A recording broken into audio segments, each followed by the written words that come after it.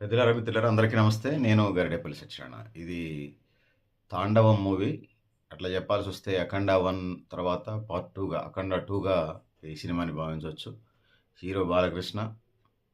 So, dual role చేశాడు. ఒక ఒక తల్లికి ఇద్దరు కొడుకులైతే, ఒకడు ఒక కొడుకు దేవుడికి అంకితమై దేశ రక్షణ కోసం ఆహ్, శివభక్తితోని చివరిదాకా మెయిన్ రోల్ చేస్తాడు. ఇంకొక చిన్న కొడుకుగా కుటుంబ బాధ్యతలతోని చేయటం. సో, ఈ విధంగా ఉంటది. ముఖ్యంగా చైనాని, పాకిస్తాన్‌ని బేస్ చేసుకొని ఏదైతే ఉన్నదో భారతదేశాన్ని ఆక్రమించుకోవటం, ఇక్కడ ఉన్నటువంటి వాటిని విధ్వంసం చేయటం ఎజెండాగా కొనసాగినటువంటి పరిస్థితిని మనం చూసాం. సో, మొదటి నుంచి చివరి దాకా ఇందులో బాలకృష్ణ తల్లి, హీరో బాలకృష్ణ. సో, బాబాగా కనిపిస్తాడు పెద్ద బాలకృష్ణ. చిన్న బాలకృష్ణ ఒక ఫ్యామిలీ కంఫర్టబుల్‌గా కనిపిస్తాడు. సో, హీరోయిన్ ప్రాధాన్యత ఎక్కడ మనకి పెద్దగా కనిపించదు గానీ, వ్యాక్సినేషన్‌కి సంబంధించి ఒక కుంభమేళాలో వ్యాక్సినేషన్‌కి మనం ఈ మధ్య కాలంలో పట్టుబడ్డటువంటి ఇండియాలో యూనివర్సిటీలో డాక్టర్స్ పట్టుబడ్డటువంటి ఇది చూసినప్పుడు, సేమ్ అదే తరహాలో కుంభమేళా లాంటి చోట, లేకపోతే ప్రసాదాల్లో, లేకపోతే హోటల్స్‌లో ఫుడ్ ఎక్కువ మందికి డెలివరీ అయ్యే ఫంక్షన్స్‌లో ఆహ్, ఆ ఫుడ్‌ని జేస్తే ఎక్కువ మంది చనిపోతే భారతదేశం డిఫెన్స్‌లో పడిద్దని, అది తెలుసుకునేసరికే మరణాలు భీతితోనే చచ్చిపోతారు జనం అని బిక్కుమంటూ ఆ విధంగా ఉంటుందని చెప్పేసి చూసాం మనం. అంటే అందరూ అట్లాంటి ఉండడానికి కాదులే గానీ, కొంతమంది సమాజంలో అట్లాంటోళ్ళున్నారు. నాకు తెలిసి ముస్లిం సమాజంలో చాలామంది ఇక్కడే రెక్కాడితే తెగండి ఒక్కడినే పని చేసుకొని బతికి, కుటుంబం పోషించుకొని, పిల్లల్ని చదివించుకొని, గౌరవప్రదంగా బతుకుదాం అనుకుంటున్నోళ్ళే 100కి 99.99% ఉన్నారు.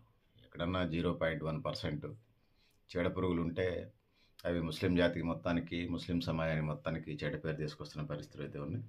అయితే సహజంగానే సరిహద్దు దేశాలకు, ఏ దేశాలకైనా సహజంగానే శత్రుత్వాలుంటాయి.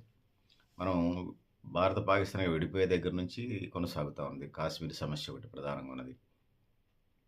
దాంతోపాటు మొదటి నుంచి చివరి దాకా అక్కడ ఉన్నటువంటి మిలిటరీ గానీ, అక్కడ ఉండే పాలక వర్గాలు గానీ, ఇండియా మీద ఎప్పుడూ కత్తి దూస్తూనే ఉంటాయి. సో, దీన్ని కథాంశంగా తీసుకొని బాలకృష్ణ మూవీ తీయటం ఆ విధంగా ఉన్నదని తెలియజేసుకుంటున్నాను.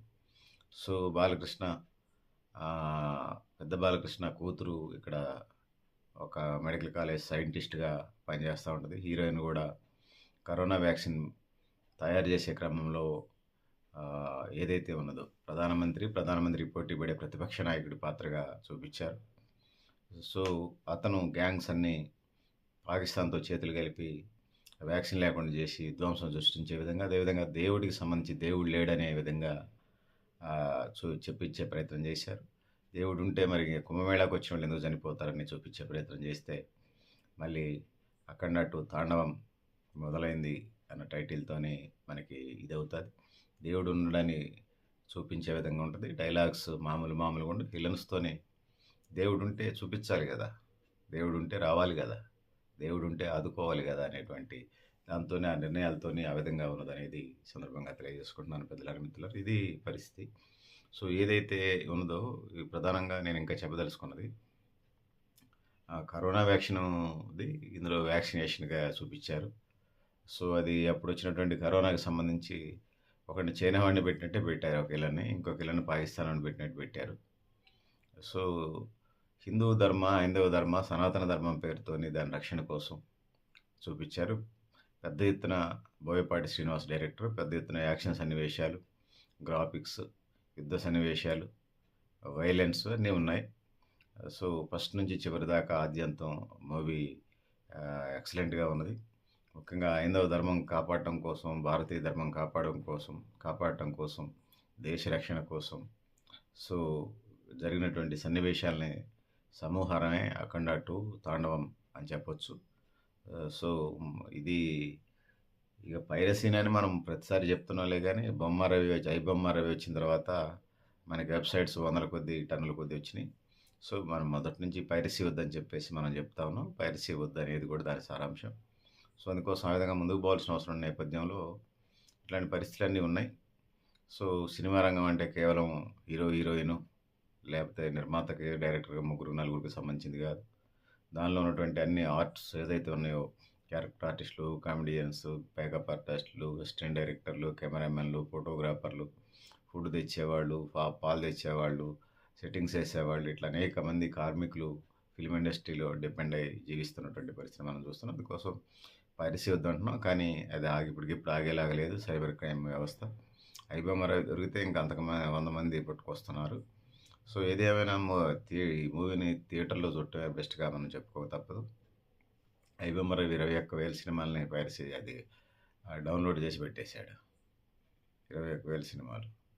సో ఇది పరిస్థితి. సో సైబర్ క్రైము, టెక్నాలజీ ఇయాల రేపు దాన్ని నమ్ముకొని ప్రజలు జీవిస్తా ఉన్నారు గానీ, సైబరు, సెల్లు ఇవన్నీ ఏ సేఫ్టీ కాదు. రహస్యాలేమైనా ఉంటే మీరు పర్సనల్‌గా కూర్చొని మాట్లాడుకోవటం తప్పితే, దూరభారం అని ఫోన్లలో చెప్పేసుకుంటే క్రిమినల్స్ యాప్స్ పెట్టి, కాల్ డేటాలు తీసి, పెగాసిస్ మిషన్స్ పెట్టి క్రైమ్ చేస్తా ఉన్నారు. సో ఇట్లాంటి పరిస్థితులున్నాయి. సో సైబర్ క్రైమ్ వ్యవస్థ భవిష్యత్తులో ఇప్పుడున్నటువంటి సాధారణ పోలీస్ వ్యవస్థకి 2, 3 రెట్లు సైబర్ క్రైమ్ పోలీసులు రంగంలోకి దిగితే తప్ప, వాళ్ళకి జైల్లో వేసి శిక్షలు పడితే తప్ప సైబర్ క్రైమ్ నియంత్రణకు రానటువంటి పరిస్థితి అయితే ఉందని తెలియజేస్తున్నాను. సో పెద్దలారా, మిత్రులారా, ఇది పరిస్థితి. ఇక మూవీకి సంబంధించి థియేటర్లో చూస్తే మంచిది. ఇద్దరు బాలకృష్ణలో చిన్న బాలకృష్ణ, జూనియర్ బాలకృష్ణ అంటే ఒక కుటుంబ సభ్యుడిగా, కుటుంబ పెద్దగా తన కర్తవ్యాలు నిర్వర్తించినట్టుగా, ఈ పెద్ద బాలకృష్ణ అఖండాగా తాండవం ఆడినట్టుగా, శివుడి పాత్రగా, శివుడి భక్తుడిగా పెద్ద ఎత్తున అందులో మనకి అనిపిస్తుంది. కన్నతల్లికి ఇచ్చిన మాట కోసం తను యజ్ఞం చేస్తూ ఉంటే, అంటే దేశ రక్షణ కోసం, ధర్మం కోసం రక్షణ చేస్తూ ఉంటే, సాక్షాత్తు ఆ పరమశివుడే వచ్చి తల్లి పెద్ద బాలకృష్ణ తల్లి అంత్యక్రియలు చేసి వెళ్తారు. ఆ విధంగా సినిమా ఫస్ట్ నుంచి చివరి దాకా ఆద్యంత్యం బాగానే ఉంటుంది. మీరు కూడా ఈ మూవీని తప్పకుండా చూసే ప్రయత్నం చేయండి.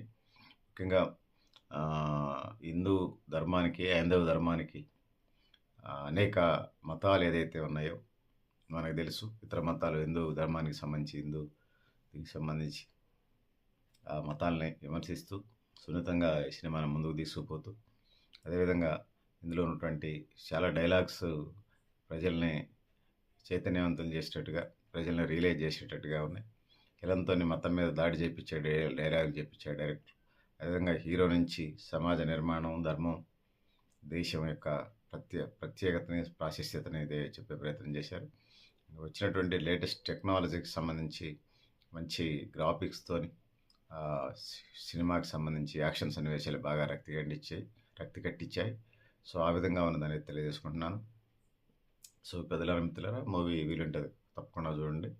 మీరు కూడా మీ అభిప్రాయాన్ని కామెంట్ బాక్స్లో ఆయన తెలియజేస్తూ, సో ఇది హిందూ ధర్మ పరిరక్షణ కోసం బాలకృష్ణ నటించినట్టుగా, బాలకృష్ణ అంటే డైలాగ్ డెలివరీ చెప్పడంలో కానీ, యాక్షన్ సన్నివేశాలకు సంబంధించి కానీ, ఇంకా బోయపాటి శ్రీనివాసులు అంటే మామూలుగా ఫ్యాక్షన్ సినిమాలు అయితే లెగిసిపోతుంటాయి కార్లన్నీ గాల్లోకి.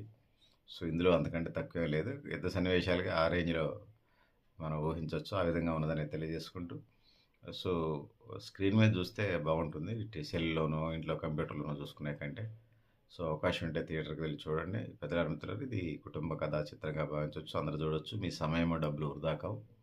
వీలుంటే తప్పకుండా చూడండి అని తెలియజేసుకుంటున్నాను. సో పెద్దలారా, మిత్రులారా, ఇది ఒక హైందవ ధర్మం కోసం, భారతదేశ రక్షణ కోసం, ముఖ్యంగా పాకిస్తాన్, చైనా లాంటి దేశాలు చేసేటువంటి కుట్రలు, కుయుక్తులు, ఆ కుయుక్తులకి పెద్ద బాలకృష్ణ శివభక్తుడు ఒకవైపు దేశ రక్షణ, ఇంకొక వైపు ధర్మం రక్షణ, హైందవ ధర్మాన్ని పాటించడం, దేశ ప్రజలకు సంబంధించి ఒక సందేశాన్ని ఇచ్చినట్టుగా ఈ మూవీ ద్వారా మనకు అర్థమవుతా ఉంది.